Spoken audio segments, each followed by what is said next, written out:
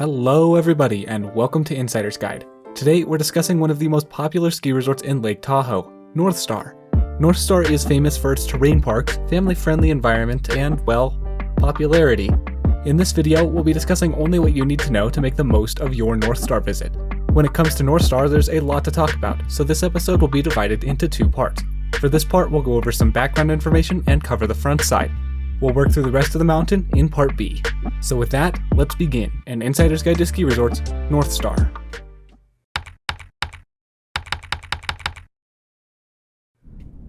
Northstar is located in North Lake Tahoe, California, and like most Tahoe resorts, isn't too bad to get to. If you're coming from the Bay Area, I-80 is the most popular way of getting up here. For all others, I definitely recommend flying into Reno. From there, it's a 45-ish minute drive up a relatively chill highway, barring weather. The parking situation at Northstar is an absolute nightmare, and their policies shift from season to season. The most convenient option is to park in the village. However, all Northstar Village parking is paid and is absolutely not worth the price. The other two options are the Village View and the Castle Peak lots. In years prior, the Village View lots were completely free and I would have recommended them. The lots closest to the village, specifically lots A through D, allowed you to skip the irritating bus ride required to reach Northstar Village.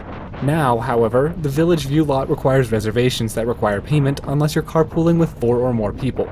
Because of this, I recommend the Castle Peak lot. All other lots in both Village View and Castle Peak require the aforementioned 5-minute bus ride into the village bus station.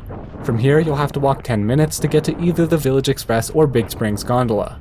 With the risk of lots filling up and the time it takes to actually get to a lift, I recommend arriving at Northstar at least 45 minutes before opening. With basic logistics out of the way, I want to talk about Northstar holistically. Northstar has the best family-friendly terrain out of all the major destination ski resorts in the region. If you're a beginner who wants to ski Tahoe, this is the place to be. Northstar has historically been known for its park skiing. However, their park has reduced in quality over the years. Northstar only has around 100 marked trails but feels a lot bigger because of all of its tree terrain.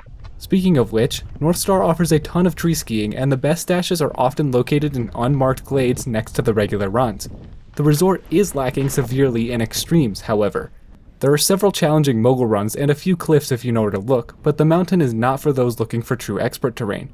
Terrain ratings here are on the softer side, but they're not as drastic as some make it out to be.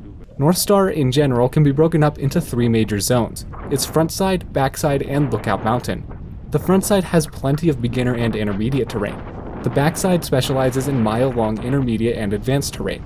Lookout Mountain primarily offers long, steep, advanced runs.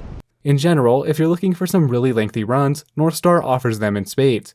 The vertical drop is just a bit over 2,000 feet, but there are lifts that span that entire vertical. While it does indeed look pretty with lots of colors, the functionality of this trail map is significantly compromised by the artist deciding that the font needed to be in size 42. And for the love of God, why couldn't you separate the backside to its own map so you could paint the front from a better perspective? Or is that your environmental protection initiative to save the trees or something ridiculous? I better stop before this turns into Hater's Guide Part 2.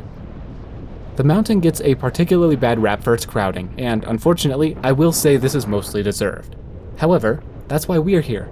I'll do my best to help you avoid lines, but, like its sister mountain Heavenly, waiting in line is pretty much inevitable. However, Northstar is a great choice during windy days.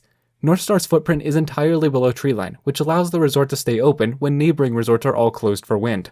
However, while it's pretty wind resilient, Northstar, in my experience, seems to suffer from the worst snow quality out of all the major Tahoe destination resorts. Lower trails can get extremely bare, and given the popularity of the resort, some runs can often become borderline dangerous. Finally, any run that I say is unmarked on the trail map, but marked in person. With all of that out of the way, let's dive into the mountain experience itself. As of this past season, the Big Springs gondola has been opening at 8:30, while Village Express has been opening at 9. Choosing to ride Big Springs allows you to access upper mountain lifts a lot quicker, hence why I recommend taking it. If Northstar someday goes back to opening the Village Express and the gondola at the same time, then I definitely prefer Village Express since it generally has shorter lines. There is a third out-of-base lift by the Village View lots called the Highlands Gondola, which is meant for those staying at the on-site Ritz-Carlton. However, I don't recommend taking it since it's a pulsed gondola, meaning it has to stop every time a gondola cabin reaches a terminal. The Big Springs Gondola and Village Express lifts are mainly used to get higher up the mountain. Both service this popular Village Run trail. This is actually a great place to learn in the early morning since the trail is usually pretty empty. However, towards the end of the day, Village Run gets absolutely swamped with people. For those who know, think School Marm, but a fifth of the width. I definitely recommend just downloading the gondola rather than dealing with Village Run at the end of the day, as it truly is that bad.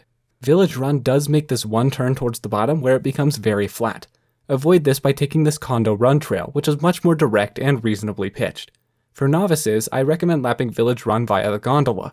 For more advanced beginners, I'd recommend taking Village Express instead, since you'll be able to try the lower half of this blue trail, Loggers Loop, which is great for progression. Now let's move on to Mid-Mountain. There are 4 lift options available, and which one you take depends on what terrain you'd like to prioritize. All of these lifts get absolutely slammed with lines throughout the day, so there's not really a good time to lap any of them. Starting with the Big Easy lift, as its name suggests, this is the resort's primary bunny hill lift. The only downside here is that the Big Easy lift is a fixed grip quad, which can be a bit challenging to load for first timers. Note that this Barely trail allows you to ski from the Big Easy and Zephyr to Village Run without having to walk around the Mid-Mountain Lodge. Next up is Aero Express. This, in my opinion, is the best beginner pod on the mountain. However, it does get busy and congested from all the upper mountain traffic, so I'd recommend learning on the Big Easy and Village Run before moving here. This pod only has 4 runs, and the Gulch is probably my personal favorite run here. Unlike what the trail map depicts, if you follow the Gulch all the way down, you'll merge onto this Woodcutter trail and come to the Tahoe Zephyr and Big Easy lifts. From here, it's a bit of a hike to reach the Arrow and Vista lifts. If you'd like to get back to Arrow and Vista without having to walk, you have to take this groomed cut through the trees, which can be easy to miss and isn't well defined on the trail map. Needless to say, if you want to go back to Arrow, then taking the Gulch and Woodcutter isn't the best option. Moving on to Vista Express, we see the resort's park chair, but it also offers terrain for all ability levels. On the far left side of Vista is the Loggers Loop Run, which is the longest continuous run on the mountain. The top part is very flat and requires a good bit of catwalking. Past this, the run flows nicely and is one of my favorite cruisers on the mountain. During the flat section of Loggers Loop, on your left will be the entrance to the run drop-off. This run's a lot of fun, but its opening and grooming schedule are pretty varied. The Sawmill Glade is the gladed area just adjacent to Loggers Loop. In my experience, these trees are fun, but nothing extraordinary. Cat's Face is a fun, steeper alternative to the lower half of Loggers Loop. It's typically left ungroomed in the early season and is groomed later on. The Woods is found towards the bottom of Loggers Loop and is my preferred way to get down to the village at the end of the day to avoid the Village Run traffic. Hornet's Nest and Surprise are all typically closed to the public for racing. Hornet's Nest is typically ungroomed, while Surprise is always groomed and pretty fun when it's open, of course. Surprise often opens up to the public during the last few hours of the day, but Hornet's Nest typically remains closed. In addition, there's an unmarked blue groomer just above Surprise called Woodchuck that allows you to access Surprise and then cuts back across to drop-off here. It runs on the same opening schedule as Surprise. Now we'll talk about all the terrain park runs under the lift. The terrain park area sits atop runs that are a lot steeper than at your average terrain park. Sidewinder and Moonshine offer the smallest features, Pinball offers medium-sized features, and the Straits offers large and extra-large features. Note that the lower half of Sidewinder turns into a really fun cruiser devoid of features that has a couple of really fun rollers. Funnily enough, these terrain park runs are some of the best intermediate cruisers at the resort. As mentioned previously, the resort has been cutting back on its park, so don't expect to see extra-large features on the Straits during your visit. Pipeline is the resort's signature half-pipe. This is consistently built every season and is a lot of fun, especially in the springtime when the walls of the pipe get slushy. The Stash is a hidden run that you can access from Lumberjack, Sidewinder, and Moonshine. You'll have to cut skiers right into the trees for a fun little stash park. The Stash also serves as a connector to Pipeline from all the Vista runs that don't have direct access to Pipeline. Forerunner is a decent cruiser that has a green rating in person but remains blue on the trail map. Playground is a really fun run with playfully constructed banked walls. Lower Chute is typically left ungroomed and isn't anything too great. Skid Trail is the main beginner run off Vista. The top part is very flat, but it steepens towards the bottom. Skid Trail naturally filters onto Lumberjack, but you can reach both the Rendezvous Lift and Cascades Trail. Cascades leads down to the bottom of the Comstock Lift. Now let's jump back down to Mid-Mountain to talk about Tahoe Zephyr Express. This lift services the Northwest Territory, which has some decent intermediate terrain, the majority of which is ungroomed. The Gully is left ungroomed in the early season, but is groomed later on. When it's groomed, it's my personal favorite run in the pod. Upper and Lower Pioneer are the signature cruisers in this pod, but get very busy. Beyond that, there are some less frequently groomed connectors and offshoots. Home Run is a cruiser that you can ski all the way down to the Highlands Gondola and Village View lots. Boondocks and the Face are only accessible from the Lookout Link platter.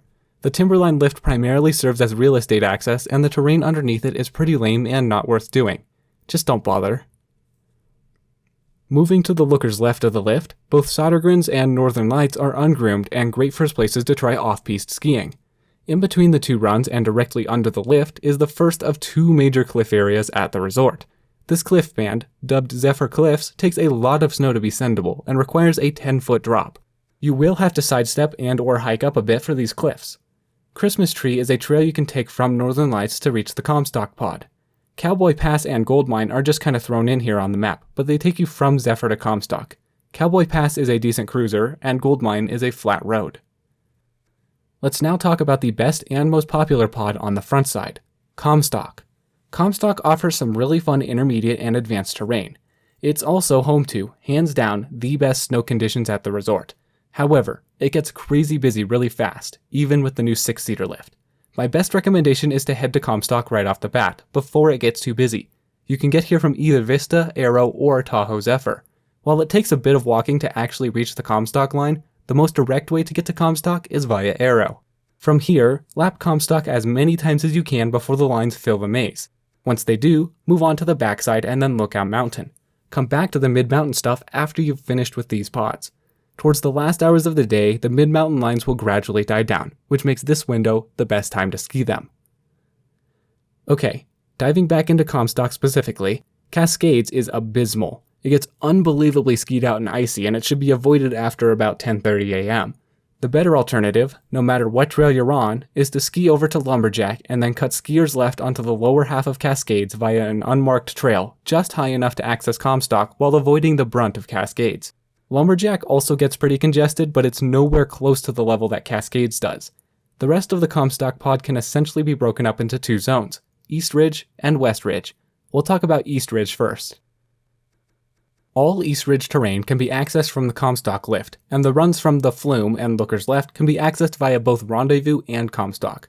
Unless you're trying to ski Powder Bowl specifically, I'd recommend lapping all East Ridge terrain via the Rendezvous lift unless Comstock has a really short wait. East Ridge itself is a road that flows well initially but becomes ultra flat around the top terminal of the Rendezvous lift, so keep up a touch of speed in that area but beware of people coming off Rendezvous. East Ridge itself is always groomed, and Crosscut is always ungroomed. The remainder of the runs have a variable grooming schedule. Past the chute, the catwalking becomes too brutal for me to recommend Dutchman, Delight, and the remainder of East Ridge. Tonini's is my personal favorite run here. The trees Lookers right of Crosscut were formerly known as Rendezvous Glade, but have now become a kids' adventure zone.